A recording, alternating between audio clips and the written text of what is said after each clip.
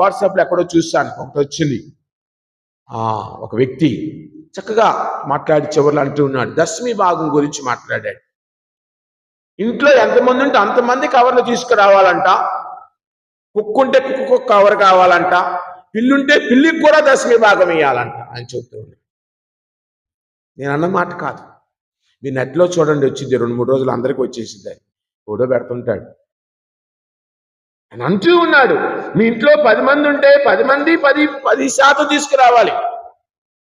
Plus మీ ఇంట్లో పెంపుడు జంతువులుంటే ఆ జంతువు కూడా 10% తీసుకురావాలి.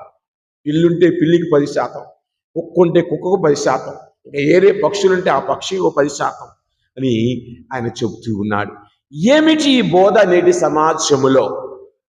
అలాంటి వారి దగ్గరికి మాత్రం మనం పరిగెత్తుకొని వెళ్తాం ఏదో అయినట్టు.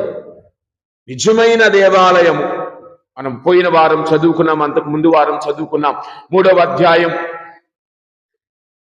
కొరింథీయులకు రాసిన మొదటి లేఖలో 3వ అధ్యాయం 7వ వచనములో, యేసు ప్రభువని దేవుని చేత వేయబడిన పునాది తప్ప వేరొక పునాది ఈ ప్రపంచమున లేదు అని వాక్యము కరాఖండిగా చెప్తూ ఉంటే, లేదు మాకు ఈ దేవాలయము వద్దు, అక్కడికి పరిగెత్తామని అన్యజనుల దగ్గరకు, మన యొక్క పేరును పాడు చేసే వారి దగ్గరకు మనము పరిగెత్తుతూ ఉన్నాం.